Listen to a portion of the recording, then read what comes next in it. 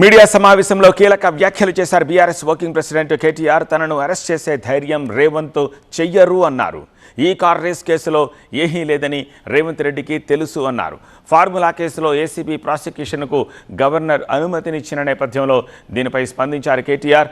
ఏ తప్పు చెయ్యలేదు కాబట్టే లై డిటెక్టర్ టెస్ట్కైనా సిద్ధమేనని అనేక సార్లు చెప్పానంటున్నారు కేటీఆర్. నేనేమంటానంటే నేను ఇప్పటికీ 100 సార్లు చెప్పాను ఆ ఇష్యూ. మళ్ళీ నేను చెప్పను. ఇక చెప్తే కూడా బాగుండదు. మళ్ళీ మీరు నాకు తెలుసు మీరు ఏం చేస్తారో. చాలామంది ఇక్కడ ఉండే మీడియా సంస్థలు ఎట్లయిపోయినాయి అంటే ముఖ్యమంత్రి గారిని పాపం మీ అందరు అన్నట్లు కొందరు రక్షణ కవచంలా కాపాడుతున్నారు. కొందరు వాళ్ళకు అనవసరంగా ఇప్పుడు నేను దీని మీద ఎక్కువ మాట్లాడితే అది రాస్తారు, దీన్ని రాయారు, నాకు తెలుసు.